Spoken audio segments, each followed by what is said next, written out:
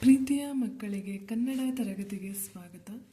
ಇವತ್ತಿನ ವಿಡಿಯೋದಲ್ಲಿ ಮೂರಕ್ಷರದ ಕಠಿಣ ಪದಗಳನ್ನ ಹೇಗೆ ಬರೆಯೋದು ಅಂತ ತಿಳ್ಕೊಳ್ಳೋಣ. ಹಾಗೆ ಇದು ಒತ್ತಕ್ಷರವಿರುವ ಪದಗಳು ಕೂಡ ಆಗಿದೆ. ಹಿಂದಿನ ವಿಡಿಯೋದಲ್ಲಿ ಎರಡಕ್ಷರದ ಒತ್ತಕ್ಷರ ಪದಗಳನ್ನ ಹೇಗೆ ಬರೆಯೋದು ಓದೋದು ಅಂತ ಹೇಳ್ಕೊಟ್ಟಿದ್ದೆ.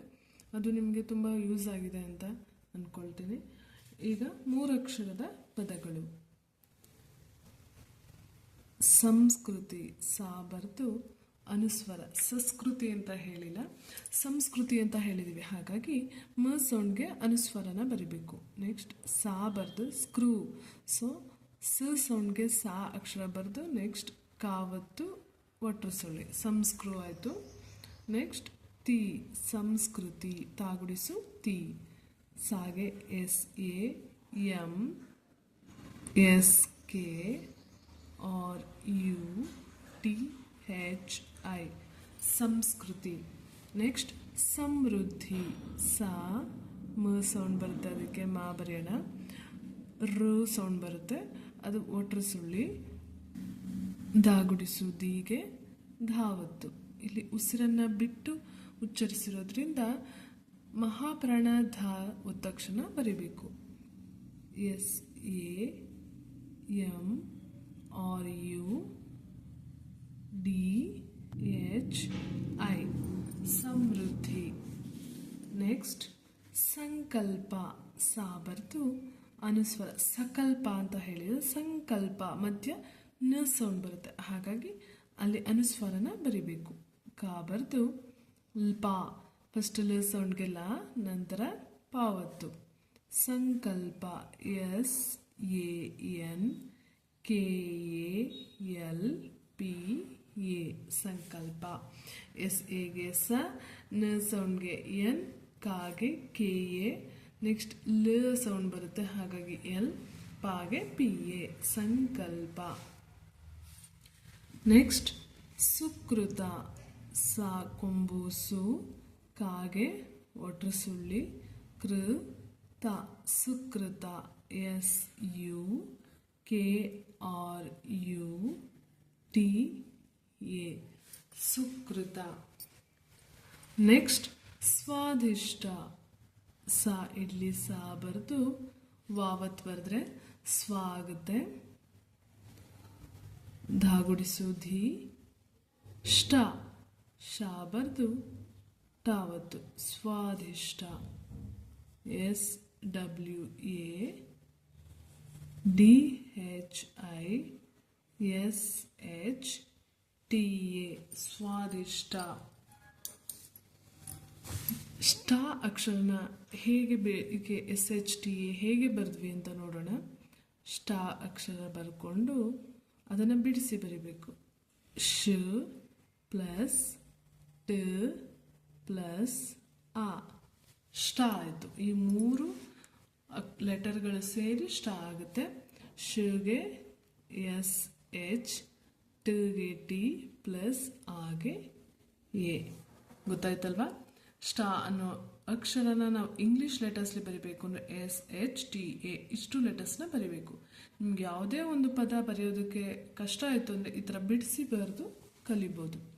ನೆಕ್ಸ್ಟ್ ಸುಕನ್ಯಾ, ಸಾಕೊಂಬು ಸು, ಕಾ ನಾಗೆ ಯಾವತ್ತು, ಸುಕನ್ಯಾ. S U K A N Y A, ಸುಕನ್ಯಾ, ಎಸ್ ಯು ಸು. ನೆಕ್ಸ್ಟ್ ಕಾ ಸೌಂಡ್ ಬರುತ್ತೆ, ಹಾಗೆ ಕೆ ಎ, ಗೆ ಎನ್, ಯಾಗೆ ವೈ ಎ, ಸುಕನ್ಯಾ. ನೆಕ್ಸ್ಟ್ ಸಂಬಂಧ, ಸಾ ಬರ್ದು ಮ ಸೌಂಡ್ಗೆ ಅನುಸ್ವರ ಬಾ, ಮತ್ತೆ ಮ ಸೌಂಡ್ ಬರುತ್ತೆ, ಹಾಗಾಗಿ ಅನುಸ್ವರನ ಬರೆದು ಮಹಾಪ್ರಾಣ ಧಾನ ಬರಿಬೇಕು. ಸಂಬಂಧ, S A M B A M D H A, ಸಂಬಂಧ. ನೆಕ್ಸ್ಟ್ ಸಂಯುಕ್ತ, ಸಾ ಬರ್ದು ಅನುಸ್ವಾರ ಯಾಕೊಂಬು ಯು, ಕಾಗೆ ತಾವತ್ತು, ಸಂಯುಕ್ತ. ಸಾ ಬರ್ದು ಅನುಸ್ವರ ಸಮ್ ಆಯಿತು, ಯಾಕೊಂಬುಗೆ ಯು ಆಯಿತು, ಕಾಗೆ ತಾವತ್ತು ಕೊಟ್ಟರೆ ಸಂಯುಕ್ತ ಆಯಿತು. ಪದಗಳಲ್ಲಿ ಎಲ್ಲಿ ಅನುಸ್ವಾರನ ಬರಿಬೇಕು ಅನ್ನೋ ಡೌಟು ನಿಮಗೆ ಬಂತು ಅಂದರೆ ನೀವು ಆ ಪದನ ಉಚ್ಚಾರಣೆಯನ್ನು ಗಮನಿಸಬೇಕು. ಸಂಯುಕ್ತ ಅಂದರೆ ಅನುಸ್ವಾರ ಇರಲ್ಲ. ಸಂಯುಕ್ತ ಅಂತ ಅಂದರೆ ಅಲ್ಲಿ ಸಮ್ ಅಂತ ಬರುತ್ತೆ, ಹಾಗಾಗಿ ಅಲ್ಲಿ ಅನುಸ್ವರನ ಬರಿಬೇಕು. ಇದೇ ರೀತಿ ಉಚ್ಚಾರಣೆ ಅಂದರೆ ಆ ಪದನ ಓದೋದ್ರ ಮೂಲಕ ನೀವು ಎಲ್ಲೆಲ್ಲಿ ಅನುಸ್ವರನ ಬರಿಬೇಕು ಅಂತ ಕಂಡುಹಿಡ್ಕೋಬೋದು. S, A, M, Y, U, K, T, A ಸಂಯುಕ್ತ. ನೆಕ್ಸ್ಟ್ ಸ್ವೀಕೃತಿ. ಸಾಗುಡಿಸಿ ಸಿ ಬರೆದು ವಾವತ್ ಬರೆದ್ರೆ ಸ್ವೀ ಆಗುತ್ತೆ. ಇಲ್ಲಿ ಸ್ವೀಕೃತಿ ಅಂತ ಹೇಳಿಲ್ಲ, ಸ್ವೀಕೃತಿ ಅಂತ ಹೇಳಿದ್ವಿ, ಹಾಗಾಗಿ ಇಲ್ಲಿ ದೀರ್ಘ ಬರೀಬೇಕು. ಸ್ವೀ ಆಯಿತು, ಕಾಗೆ ಒಟ್ಟು ಸುಳ್ಳಿ ಕೃ ಆಯಿತು, ತಾಗುಡಿಸು ಟಿ ಸ್ವೀಕೃತಿ. S W double E K R U T I ಸ್ವೀಕೃತಿ. ನೆಕ್ಸ್ಟ್ ಸ್ವಾಧೀನ. ಸಾ ಇಲ್ಲಿ ಸ್ವಧೀನ ಅಲ್ಲ ಸ್ವಾಧೀನ, ಹಾಗಾಗಿ ಸಾ ಇಲ್ಲಿ ಸಾ ಬರೆದು ವಾವತ್ ಬರೆದ್ರೆ ಸ್ವ ಆಗುತ್ತೆ. ಧಾಗುಡಿಸು ಧೀ ದೀರ್ಘ ಸ್ವಾಧೀನ. ಉಚ್ಚಾರಣೆಯ ಗಮನ ಇಟ್ಟು ಬರೆದ್ರೆ ಈಸಿಯಾಗಿ ಬರ್ಕೋಬೋದು. S W A D H double E N A ಸ್ವಾಧೀನ. ನೆಕ್ಸ್ಟ್ ಸ್ವಾಯುಕ್ತ. ಸಾ ಇಲ್ಲಿ ಸಾ ಬರೆದು ವಾವತ್ತು ಯಾಗೆ ಕೊಂಬ್ ಕೊಟ್ರೆ ಯು ಆಗುತ್ತೆ. ಕಾ ಬರೆದು ತಾವತ್ತು ಬರಿಬೇಕು. ಕ ಸೌಂಡ್ ಬರುತ್ತೆ, ಹಾಗಾಗಿ ಕಾ ಬರೆದು ನೆಕ್ಸ್ಟ್ ತಾವತ್ತನ್ನು ಬರಿಬೇಕು. ಸ್ವಾಯುಕ್ತ. S W A Y U K T A ಸ್ವಾಯುಕ್ತ. ನೆಕ್ಸ್ಟ್ ಸ್ಮರಣೆ. ಸಾ ಬರೆದು ಯಾವತ್ತು ಕೊಡಬೇಕು, ಮಾವತ್ತು. ಏನಾಯಿತು, ಸ್ಮ ಆಯಿತು. ರಾ ನಾ ಏತ್ವ ನೇ. ಇಲ್ಲಿ ನಾ ಬರಿಬೇಕು ಅಂತ ಡೌಟ್ ಬರುತ್ತೆ. ಇಲ್ಲೂ ಕೂಡ ಪ್ರೊನೌನ್ಸಿಯೇಷನ್ನ ನಾವು ಗಮನಿಸಬೇಕು. ಸ್ಮರಣೆ ಅಂತ ಹೇಳ್ತೀವಿ, ಸ್ಮರಣೆ ಅಂತ ಹೇಳಿಲ್ಲ. ನೇ ಅಂತ ಎಲ್ಲಿ ಸೌಂಡ್ ಬರುತ್ತೋ ಅಲ್ಲಿ ನಾ ತತ್ತ ನಾ ಬರಿಬೇಕು. ಇಲ್ಲಿ ನೇ ಅಂತ ಹೇಳಿರೋದ್ರಿಂದ ಟಟ್ಟ ಡಡ್ಡ ನಾನೇ ಬರಿಬೇಕು. ಸ್ಮರಣೆ. S M A R A N E ಸ್ಮರಣೆ. ನೆಕ್ಸ್ಟ್ ಸೌಜನ್ಯ.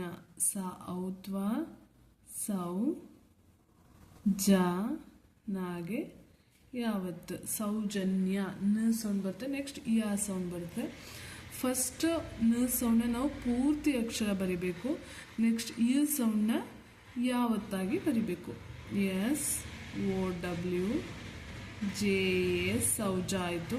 ನ್ಯ ನ ಸೌಂಡ್ಗೆ ಎನ್, ಯಾ ಸೌಂಡ್ಗೆ ವೈ ಎ ಸೌಜನ್ಯ. ನೆಕ್ಸ್ಟ್ ಸುಭೀಕ್ಷಾ. ಸಾಕೊಂಬು ಸು ಬಾಗುಡಿಸು ಬೀಗೆ ದೀರ್ಘ ಕ್ಷ ಸುಭೀಕ್ಷಾ. S U B H double E. ಮಹಾಪ್ರಾಣ ಎಲ್ಲೆಲ್ಲಿ ಇರುತ್ತೋ ಅಲ್ಲಿ ಹೆಚ್ಚನ್ನು ಬರಿಬೇಕು. ಸುಭೀಕ್ಷಾ. ಇಲ್ಲಿ ಡಬಲ್ ಇ ಬದಲು ಐ ಕೂಡ ಬರಿಬೋದು. ನೆಕ್ಸ್ಟ್ ಸಂಪತ್ತು. ಸಾ ಬರೆದು ಅನುಸ್ವಾರ ಸಂ ಆಯಿತು. ಪ ತಾಕೊಂಬು ತೂಗೆ ತಾವತ್ತು ಸಂಪತ್ತು. S A M P A double D U ಸಂಪತ್ತು. ನೆಕ್ಸ್ಟ್ ಸೌಹಾರ್ದ. ಸ ಔತ್ವಾ ಸೌ ಹಾ ಹಾನು ಕೂಡ ದೀರ್ಘವಾಗಿ ಹೇಳಿದ್ವಿ, ಹಾಗಾಗಿ ಹಾ ಇಲ್ಲಿ ಹಾ ಬರಬೇಕು. ಧಾ ಬರೆದು ಅರ್ಕಾವತ್ತು ಸೌಹಾರ್ದ. ಇಲ್ಲಿ ನೀವು ಗಮನಿಸಿರ್ಬೋದು, ಅರ್ಕಾವತ್ನ ನಾವು ಮೊದಲು ಪ್ರೊನೌನ್ಸ್ ಮಾಡ್ತೀವಿ ಸೌಹಾರ್ದ, ನಂತರ ಹಿಂದಿನ ಅಕ್ಷರನ ಪ್ರೊನೌನ್ಸ್ ಮಾಡ್ತೀವಿ. ಆದರೆ ಬರೆಯುವಾಗ ಮೊದಲು ಅಕ್ಷರನ ಬರೆದು ನಂತರ ಅರ್ಕಾವತ್ನ ಬರಿಬೇಕು. ಎಸ್ ಓ ಯು ಸೌ. ಹಾ ಎಚ್ ಎ ಹೃದ ಫಸ್ಟ್ ರ ಸೌಂಡ್ ಬರ್ತಾ, ಹಾಗಾಗಿ ಆರ್ ಡಿ ಎಚ್ ಎ ಸೌಹಾರ್ದ. ನೆಕ್ಸ್ಟ್ ಸ್ಪಂದನ. ಸಾ ಬರ್ದು ಪಾವತ್ ಸ್ಪಾ. ಫಸ್ಟ್ ಏನು ಸೌಂಡ್ ಬರ್ತೋ ಅದು ಪೂರ್ತಿ ಲೆಟರ್ ಬರ್ಕೊಳ್ಳಿ, ನೆಕ್ಸ್ಟ್ ಏನು ಸೌಂಡ್ ಬರ್ತೋ ಅದನ್ನು ಒತ್ತಕ್ಷರವಾಗಿ ಬರೀರಿ, ಅಷ್ಟೇ ಸಿಂಪಲ್. ಅನುಸ್ವಾರ ಧ ನ ಸ್ಪಂದನ SPANDHANA ಸ್ಪಂದನ. ಒತ್ತಕ್ಷರಗಳನ್ನ ಬರೆಯುವಾಗ ಅದನ್ನು ನೀವು ಗಮನ ಇಟ್ಕೋಬೇಕು. ಮೊದಲು ಏನು ಸೌಂಡ್ ಬರುತ್ತೋ ಅದನ್ನು ಪೂರ್ತಿ ಲೆಟರ್ ಬರೀರಿ. ನೆಕ್ಸ್ಟ್ ನಂತರ ಬರುವ ಸೌಂಡ್ಗಳಿಗೆ ಒತ್ತಕ್ಷರಗಳನ್ನ ಬರೀರಿ.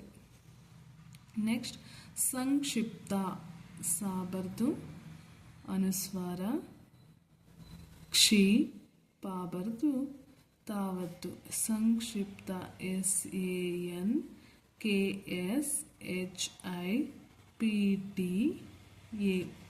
ಸಂಕ್ಷಿಪ್ತ.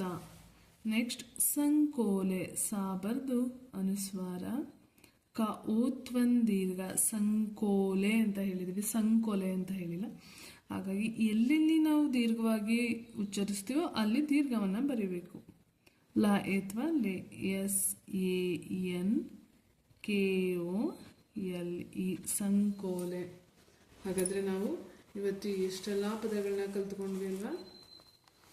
ಇದೇ ರೀತಿ ನೀವು ಕಠಿಣ ಪದಗಳನ್ನ ಕಲಿತಾ ಇದ್ದರೆ ಕನ್ನಡ ಬರೆಯೋದಕ್ಕೆ ತುಂಬ ಈಸಿ ಆಗುತ್ತೆ. ಸೊ ಈ ವಿಡಿಯೋ ನಿಮಗೆ ಇಷ್ಟ ಆಗಿದೆ ಅಂತ ಭಾವಿಸ್ತೀನಿ. ಈ ವಿಡಿಯೋ ಇಷ್ಟ ಆಗಿದ್ರೆ ಲೈಕ್ ಮಾಡಿ, ಶೇರ್ ಮಾಡಿ.